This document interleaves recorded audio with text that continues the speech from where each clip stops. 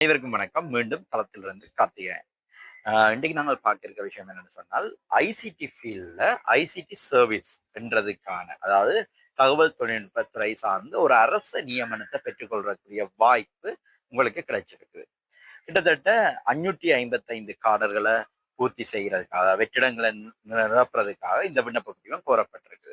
இதுல முக்கியமான விஷயமா நாங்க பார்த்தோம்னா, வளமையா ஐடி ஃபீல்ட்ல ஹெச்என்டி இன் ஐடி, அதாவது high national diploma in IT அல்லது என்விக்யூ 5 லெவல் அல்லது டிப்ளமா இன் ஐடி முடிக்கிற ஆட்களுக்கு வளமையாக நேரடியா ஒரு நியமனத்துக்குள்ள போறதுக்கான வாய்ப்பு கிடைக்கிறது இல்லை. ஏன்னா இந்த நிறைய ஒரு டிகிரிக்கு ஈக்குவலா பார்க்கற தன்மை இல்லை.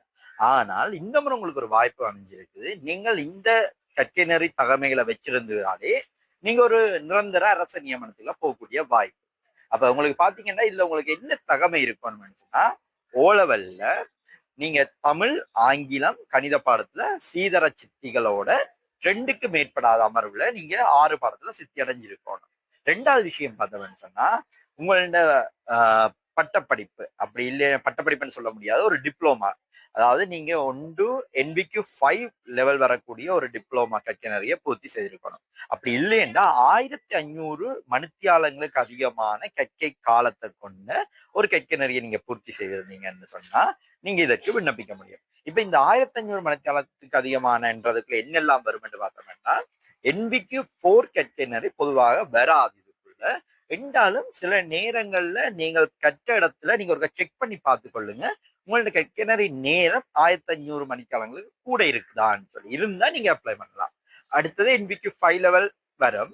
அதே மாதிரி டிப்ளோமா லெவல்லையும் நீங்க சில இடங்கள், அதாவது இப்ப பாத்தீங்கன்னா வயம்பு யூனிவர்சிட்டியில டிப்ளோமா இன் ஐடி முடிச்சிருந்தீங்கன்னு சொன்னா நீங்க இதுக்கு அப்ளை பண்ணக்கூடிய வாய்ப்பு உங்களுக்கு இருக்குது. அடுத்தது நீங்கள் போட்டி பரீட்சை ஊடாகத்தான் விண்ணப்பத்து இது நியமனத்துக்கு தெரிவு செய்யப்படுவீர்கள். அந்த போட்டி பரீட்சையை நீங்க எதிர்கொள்ள பரீட்சையில பார்த்தோம்னா ஐடி சம்பந்தப்பட்ட கேள்விகளும் நுண்ணறிவு சம்பந்தப்பட்ட கேள்விகளும் தான் உங்களுக்கு வரப்போகுது.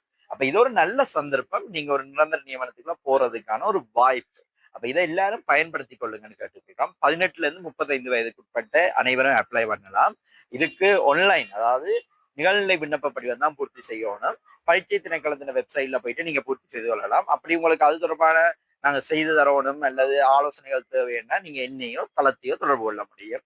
உங்களோட நாங்கள் எப்பயும் இணைஞ்சிருக்கோம். நன்றி, வணக்கம்.